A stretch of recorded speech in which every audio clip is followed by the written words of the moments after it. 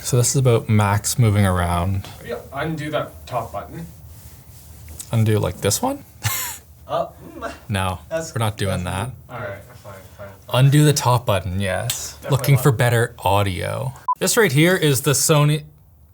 This right here is the not Sony Vaio SX12. So you're probably thinking, where has Vaio been for the past, I don't know, since I think it was 2014 when they stopped existing, kind of? Well, they've been slowly, you know, making their own laptops. Apparently when they broke up, they wanted to get away from like general consumer-y stuff and into more like bleeding edge, high-end stuff. So here we have it, the Vaio SX12, what is apparently the thinnest laptop in the world that has a 6-core processor.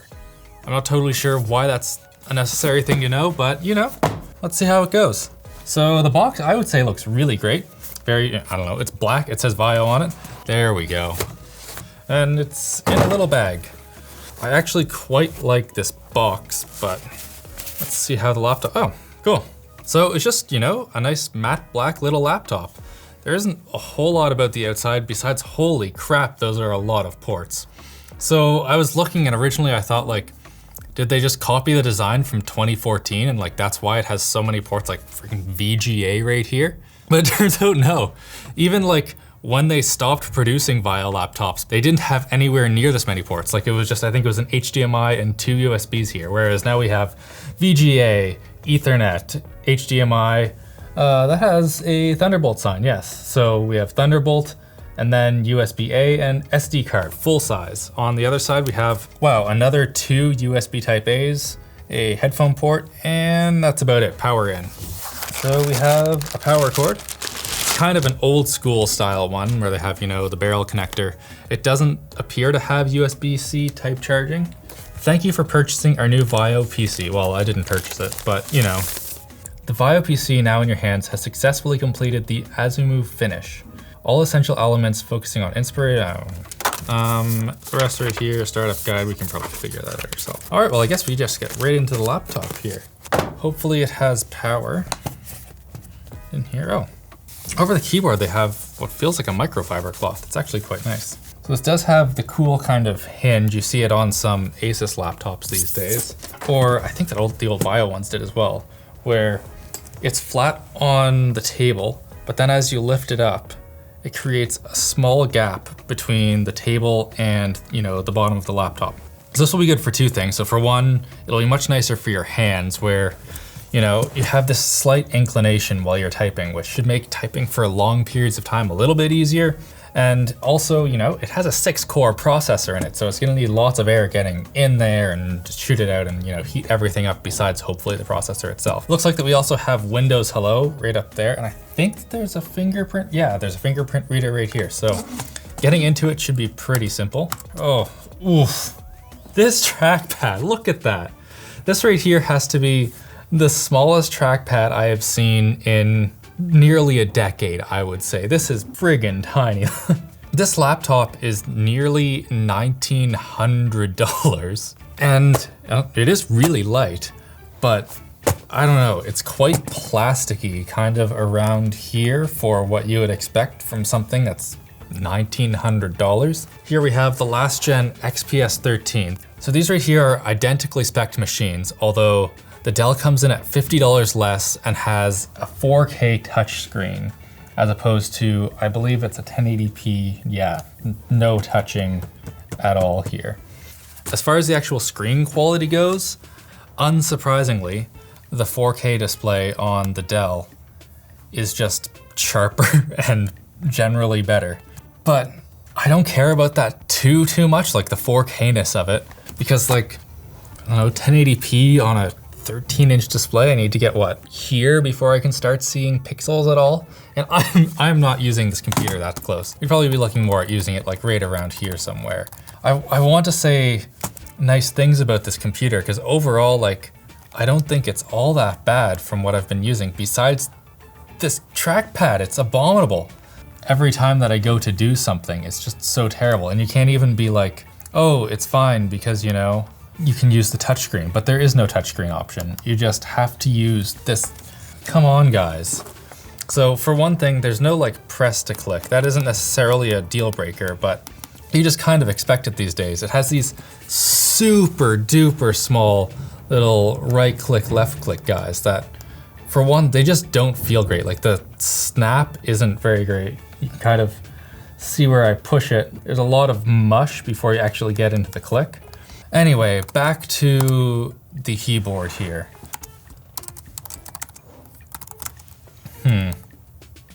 It feels kind of bouncy almost. Not so much the keys, but just sort of the whole chassis underneath it. It's pretty not fantastic. You can really feel it when you're clicking down any of the keys that the whole deck is flexing. Which, even though these might be good keys, I have no clue. It doesn't really matter if you don't have the chassis flexing. Oh, look at that up there. Are you able to see? This is just me pressing the keys and the whole deck is flexing. So if you compare that to the XPS here, this is as hard as I can push. You do see some flex, and there's barely anything, because you know, this thing's made out of carbon fiber and magnesium, whereas this right here, bit on the plasticky side for sure. 1,900 bucks, and you have that? We haven't gotten to the fun bit yet though. So it does have that 6-core processor. Let's see how it does with a little blender render. F12. I wouldn't expect it to be able to do anywhere near max turbo the whole time. Like if I had to guess, we'll probably be sitting at about 2.6 gigahertz, but oh, it's already at 94 degrees. We're down to 2.3 gigahertz. As far as the speed goes, it's not great given how long it's been going. Brought this Dell here just as a little comparison. It's not the same test. We're not going to really drag race these two. I don't have the power brick for this one, but I just want to see how loud it gets in comparison. Although this is definitely a bit on the loud side, I'd say that given that it's like 6 cores in something that's of this size, it's really not bad. Like we're not getting like the razor blade whine or anything. So far the Dell is silent, but I don't think that'll last very long. Anyway, on the VAIO, it seems to have, you know, leveled out somewhere around 2.2, 2.3 gigahertz, which isn't all that bad, but it's not incredible. I think the Dell might be at max speed, but I just can't really tell because of how much louder the VAIO is. All right, we're not gonna complete this render because it's taking half a while. It's able to hold its thermals pretty good. Like, it has leveled out around 85 degrees, 87 there-ish, while doing 2.2 gigahertz, which is, I would say, very acceptable for a machine of this size. As for the sound, it's definitely on the higher end, although I wouldn't consider it unacceptable. Like, this Dell is so much quieter. You can barely hear it, even though the fans are really giving her. Going back to the overall just size of this machine though, I can't get over the number of ports. Like we have said, I don't know, it doesn't feel amazing, but it also doesn't feel bad. Like, as far as flex in this direction, there's almost none. As far as screen wobble, almost none. Like I would consider that very good. The screen flex, it's a bit on the flexy side, but again, totally acceptable. Like, okay, this is way stiffer. But it doesn't really matter, you're not doing this all day. This is, okay, the Dell is way better as far as general build quality goes, but it's also a lot heavier. Yeah, so let's see what the actual difference is between these two. We've got like 850 grams, that is friggin' light.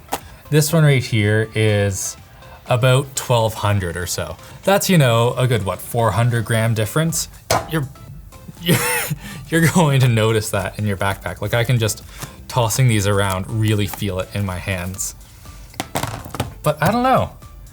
The VAIO might be one of the most disappointing laptops I've used in quite a while. It's so light, it has so many ports, and somehow is really thin. Like, is it thinner than the XPS? Well, of course it is. They said that, oh no, it isn't. They said that it was the thinnest 6-core, but looking at it, it's not. It's really not. But it's really close. It's within a couple millimeters.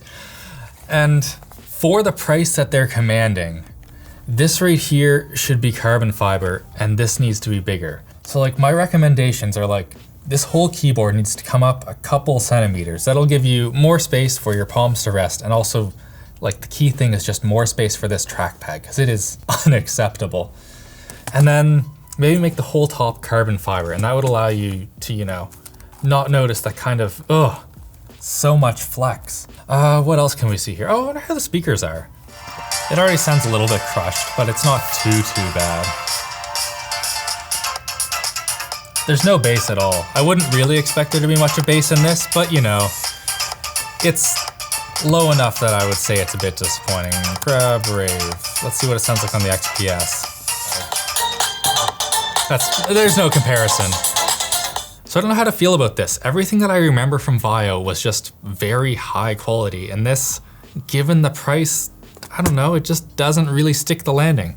It has the ports, it has the size, and like the feel and look, I have to say, is pretty good. But I don't know, the build quality and this trackpad, it's just inexcusable. There's no way that you can use a trackpad like this and not have a touchscreen in 2020. Like, I don't know, they just need to go back to the drawing board a bit and figure that one out.